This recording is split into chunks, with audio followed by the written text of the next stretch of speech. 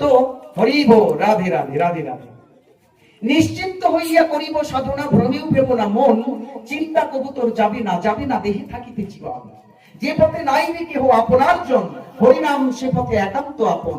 যে পথে নিধাত তাতে তপ্ত হয় কায়া, হরিনাম সে পথে সুশীতল ছায়া। নিতাই গৌর প্রেমানন্দে সবাই মিলে। তাই আমি বলি, খালি হাতে এসেছিলে, খালি হাতে এসেছিলে, খালি হাতে যাবে, তবে মিছে কেন দ্বন্দ্ব কর সংসার মাঝে।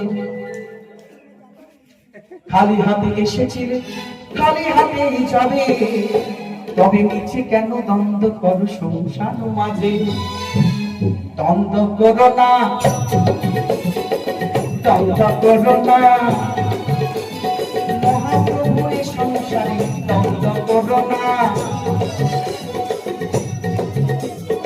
একদিন তো চিন্তা করে দেখো তো সবাই, একদিন তো চিন্তা করে দেখো তো সবাই, নিজের মধ্যে সংসারে আর তো কিছু নাই। একদিন তো চিন্তা করে দেখো তো সবাই, নিজের মধ্যে সংসারে আর তো কিছু নাই। আমার আমার করে করে, আমার আমার করে করে কাটায়ও না কাল, মিথ্যা হয়ে যাবে তোমার জীব পরকাল, মিথ্যা হয়ে যাবে তোমার জীব পরকাল, মিথ্যা হয়ে যাবে গো, মিথ্যা হয়ে যাবে গো, এই মহাপ্রভুর সংসারে মিথ্যা হয়ে যাবে গো।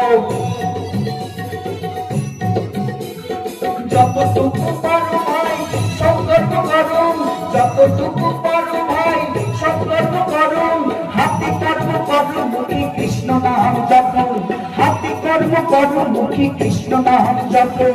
নাম ভিন্ন এ দুনিয়া, নাম ভিন্ন এ দুনিয়া, আসল কেহ নাই। নকল ছেড়ে আসলেতে মন মজা ভাই, নকল ছেড়ে আসলেতে মন মজা ভাই। মনটা মহাজা,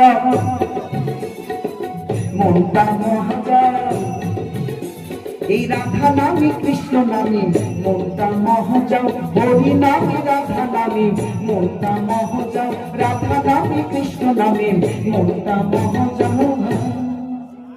মহাপ্রভু দেখলেন, রাধে রাধে রাধে রাধে, মহাপ্রভু দেখলেন যে কলিযুগে আমি জন্ম তো নেব, কিন্তু কলিযুগের মানুষ আমার কথা শুনবে না।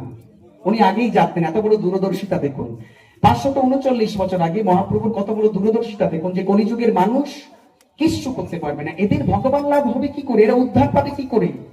তাই তিনি জন্ম নেওয়ার আগে আগেই বলে এসেছিলেন যে কলিযুগে আমি জন্ম তো নেব, কিন্তু আমার কথা শুনবে না। কলিযুগের মানুষ চোর, ছাচোর, অলস্য, বাজে কাজে সময় নষ্ট করা, 3 ঘন্টা যাত্রা দেখারও সময় নেই, দেরি করতে এলো এসেই বসে আবার মোবাইলটা ঘাঁটতে শুরু করছে। কেন, বাড়িতে দেখো তো মোবাইলটা দেখা যায় বাড়িতে বসে। এখন 3 ঘন্টা যাত্রাটা দেখি না রে বাবা, মেসেজ গুলো থাক না জমা হয় না, এখানেই দেখতে হবে। এখানে এত মিউজিক বাজছে, কিচ্ছু যায় আসে না, মোবাইল ঘেটেই গেছে। আমি অভিনয় করতে করতেও লক্ষ্য করেছি। তাই কলিযুগের মানুষের সময় নেই কারো।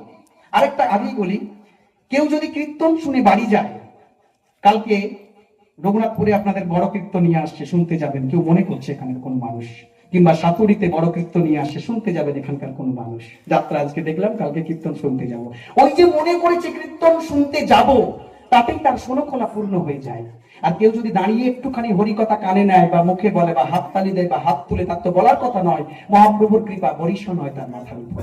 আজকে এখানে যাত্রা শেষে এই কৃষ্ণ কথা হচ্ছে, হরি কথা হচ্ছে। এখন এই জায়গাটা আপনাদের রামচন্দ্রপুর নয়, এখন এটা নববৃন্দাবন। আপনারা সেই নববৃন্দাবনে দাঁড়িয়ে আছেন, মহাপ্রভু উপর থেকে দেখছেন, আপনাদের মাথার উপর কৃপা বরিশন হবে। এইভাবে কীর্তন শুনতে যাবেন, একটু শুনবেন। কেউ যদি মনে করছে ইয়াং ছেলে মেয়ে হাতে অ্যান্ড্রয়েড সেট আছে, এখন বাবা এই বয়সে হরি না, মা আগো কি বলবে, লজ্জা লাগছে, তাদেরকে বলবো বলার দরকার নেই, কানে একটু শোনো, তাতেই হয়ে যাবে। আর কীর্তন শুনতে